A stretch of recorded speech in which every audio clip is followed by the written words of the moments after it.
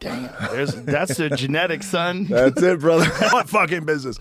The wrestling business. Why the fuck do you want to do that?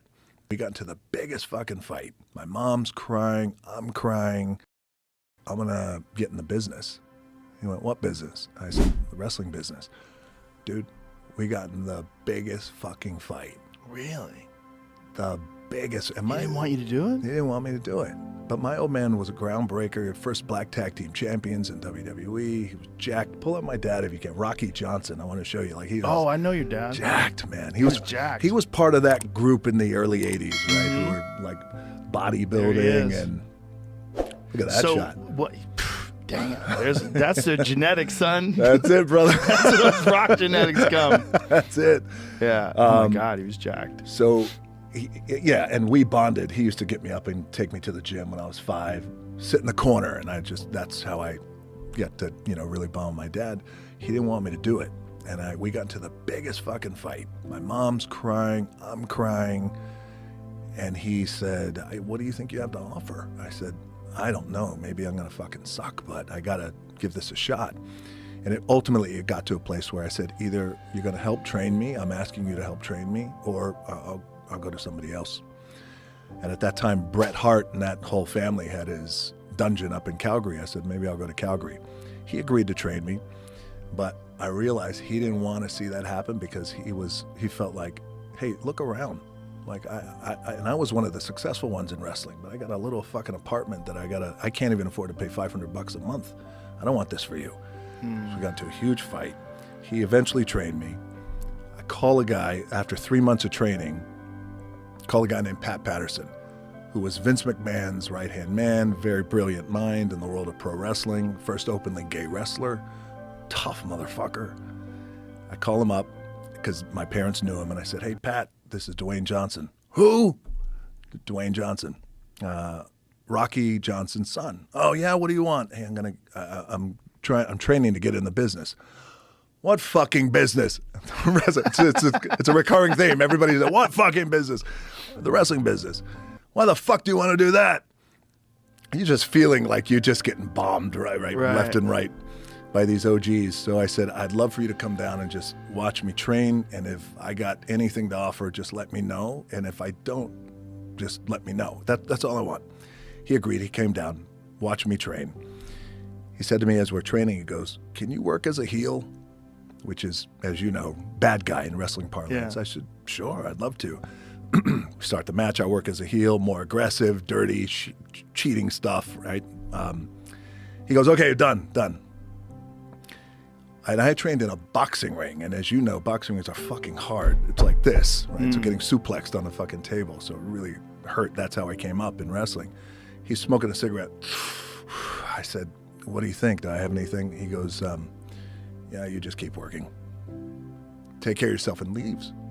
He had a lot of power. He was like the vice president of WWE. I said, okay, well, thank you so much for coming out. And I said, just keep working. He goes, just keep working. Kind of blew me off, kept smoking a cigarette and walked off. And I was like, man, I think I really fucked things up, or maybe I'll take his word for face value, take it for gospel. I'll just keep working. Little I knew, he went home and he called Vince McMahon. He said, you got to see this fucking kid. And Vince said, who? Rocky Johnson's son. He goes, great, how long has he been working? He goes, he hasn't worked. He goes, what do you mean? He's never had a match. He's like, he's never had a fucking match? I'm not bringing him out. He's never had a match. He's going to stink up the ring. Pat said, just trust me.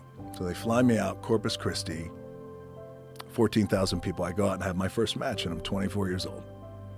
Wow. I have my first match. Because usually when you break in, you're wrestling at a farm or there's a barn, 10 people. 14,000 people. I wrestled the Brooklyn Brawler, who's famous in the world of wrestling. And I get backstage. Everyone's, hey, great job, keep working. I see Vince McMahon. He says, you did a good job, but be prepared. I'm going to give you a little bit more tomorrow. I went, great, okay. I see Pat Patterson smoking a cigarette. Come here for a second. I said, yeah. He goes, your punches. I went, yeah. They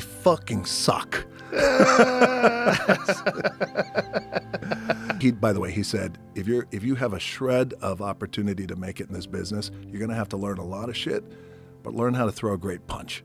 What was wrong with the way you were throwing a punch? It just didn't look real. And the best of punches, like, you got to be snug. You lay them in a little bit.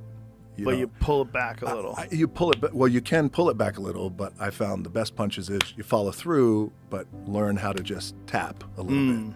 And then, that's where you learn that kind of timing. You know how some guys, they hit a rope or a piece of string or something like that? Right. So I worked on the punches too as well. Wow. That was crazy. That was my first match. That's insane. Yeah, when was the man. next match?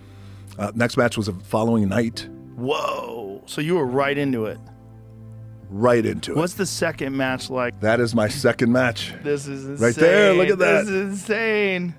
Wow. Does it seem surreal watching this? This is so surreal, man. Look at this. By the way, you see people still coming in, right? Yeah. Empty seats. Wow. That was it, man. First match. Memories. First match. Wow. That's crazy. It's incredible. It was a great experience. After that, I met with Vince. He said, "You're not ready for WWE. You're not ready for the big time. I'm going to send you down to Tennessee, and that's where you're going to learn how to work." And it was just a smaller company, minor leagues. He said, but you're going to go down there. You learn how to cut your teeth down there, learn how to work, learn the business. And when you're ready, if you're ready, I'll bring you up. I was like, thank you very much. I appreciate it.